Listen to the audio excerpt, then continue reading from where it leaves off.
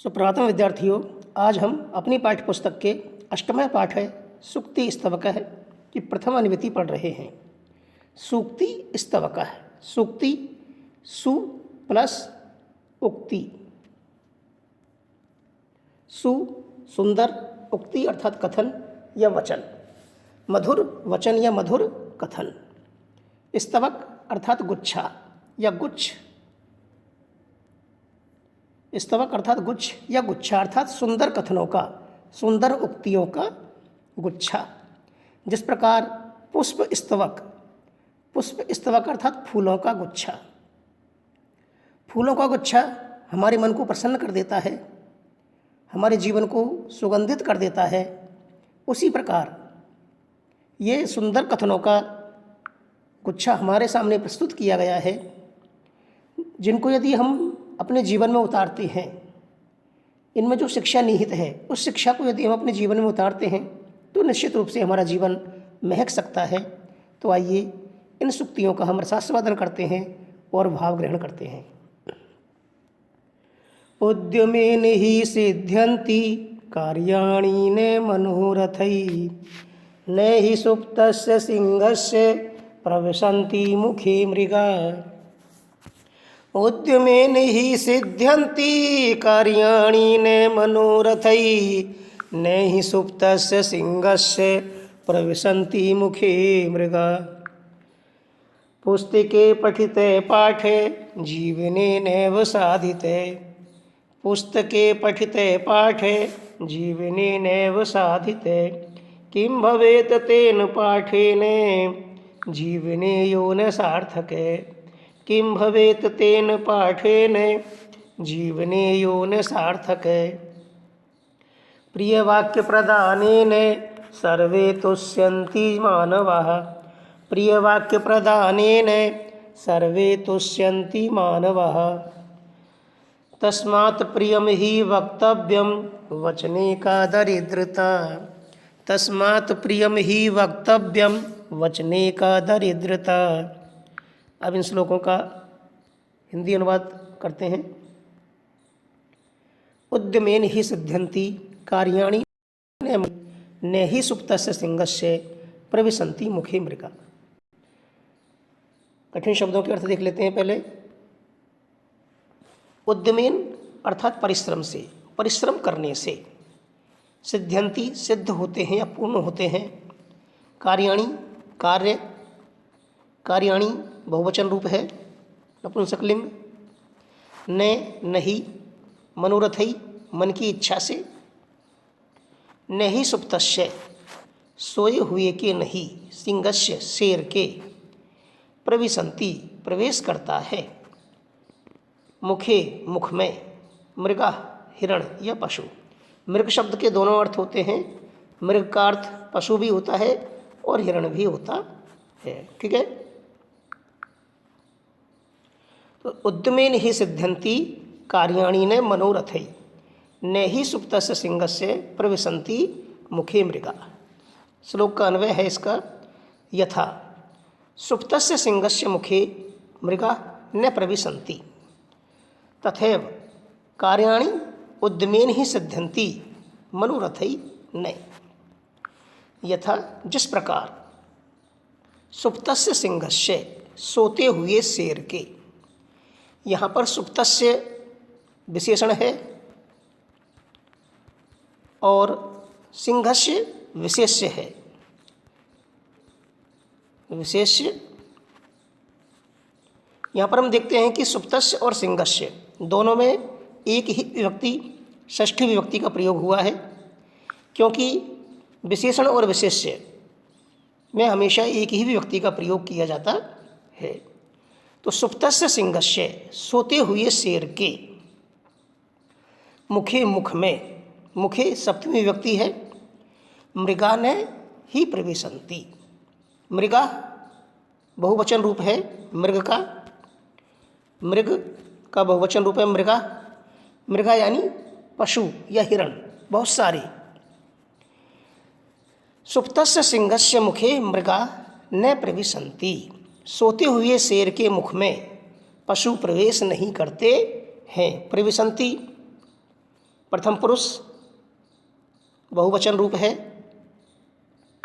तो यथा जिस प्रकार सुप्तस्य सिंहस्य मुखे, सोते हुए शेर के मुख में मृगा ने ही प्रविशन्ति, प्रवेश नहीं करते हैं, तथैव उसी प्रकार कार्याणि उद्यमेन ही सिद्ध्यन्ति मनोरथैन, उसी प्रकार कार्य उद्यमेन परिश्रम से ही सिद्ध्यन्ति सिद्ध होते हैं, सफल होते हैं, पूरे होते हैं, मनोरथैन मन में इच्छा करने से नहीं। अर्थात हम किसी कार्य के लिए अगर केवल मन में इच्छा करें कि ऐसा काम हो जाए तो वह संभव नहीं है।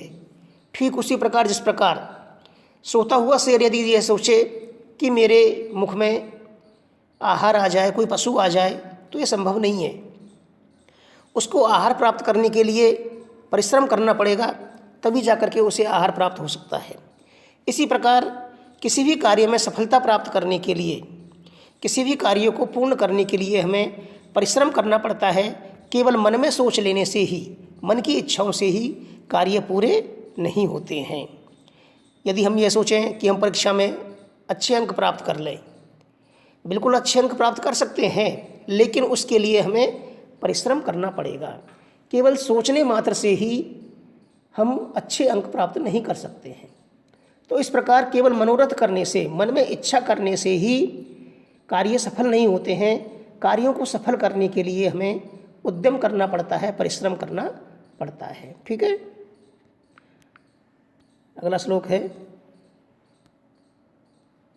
पुस्तके पठिते पाठे जीवनेनैव साधिते, किं भवेत तेन पाठेन जीवने यो न सार्थक।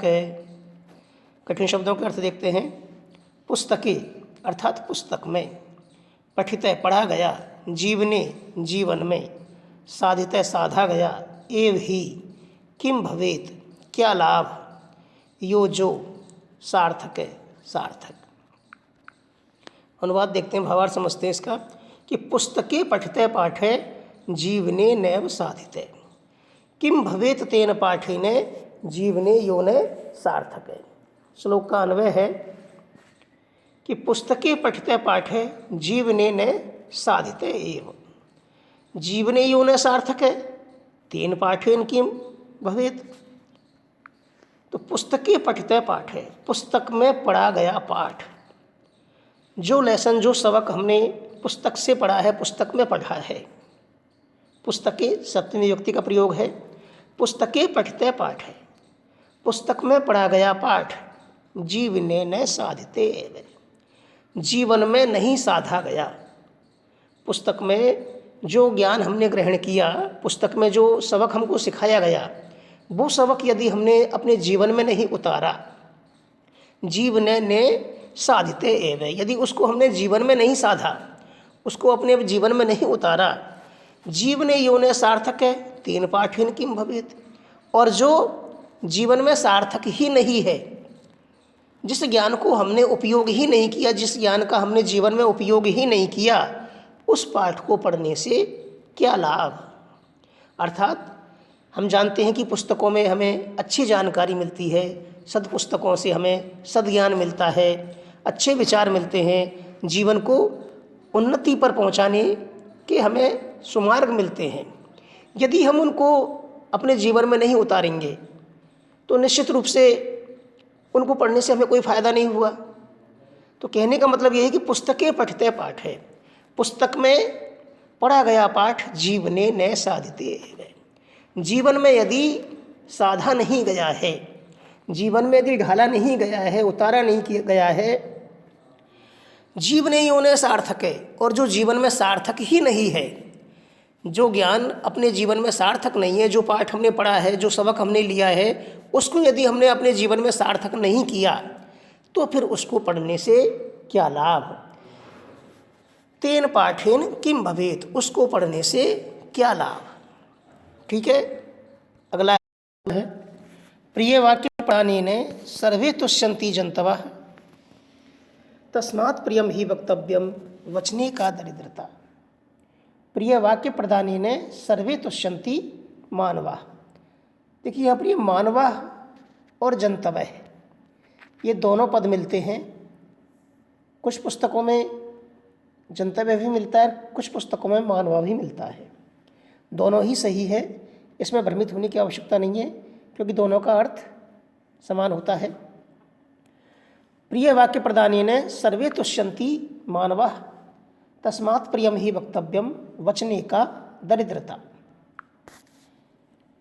कठिन शब्दों के अर्थ देखते हैं। सर्वे सभी, प्रिय वाक्य प्रदानेन प्रिय वचन बोलने से, तुष्यन्ति संतुष्ट होते हैं, तस्मात् इसलिए, वक्तव्यम कहना चाहिए, वचने बोलने में, का क्या, दरिद्रता कंजूसी।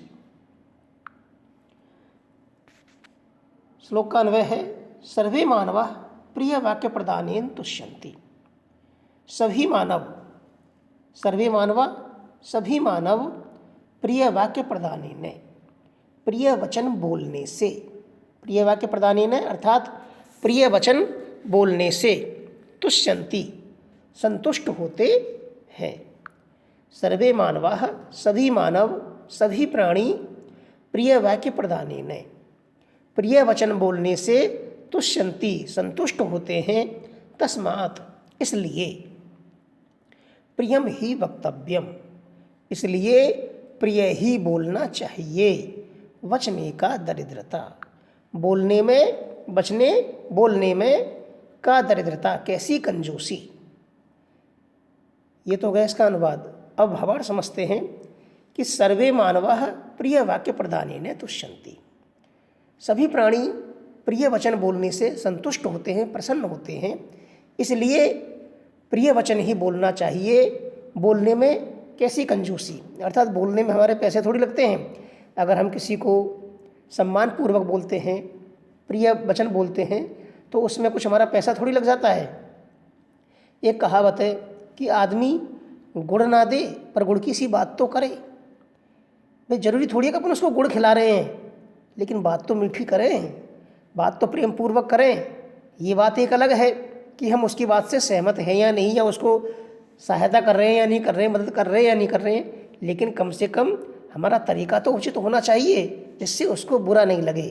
तो कहने का मतलब यही है कि प्रिय वाक्य प्रदानेन, प्रिय वचन बोलने से सभी संतुष्ट होते हैं, सभी मानव, सभी प्राणी संतुष्ट होते हैं, इसलिए तस्मात् प्रियम ही वक्तव्यम, इसलिए प्रिय ही बोलना चाहिए, जो सबको अच्छा लगे ऐसा वचन ही बोलना चाहिए।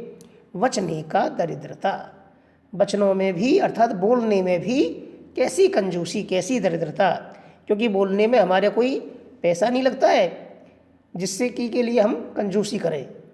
ठीक है, धन्यवाद। इस प्रकार यह आपकी अनुमति पूरी होती है। आप सभी स्वस्थ रहें और सुखी रहें।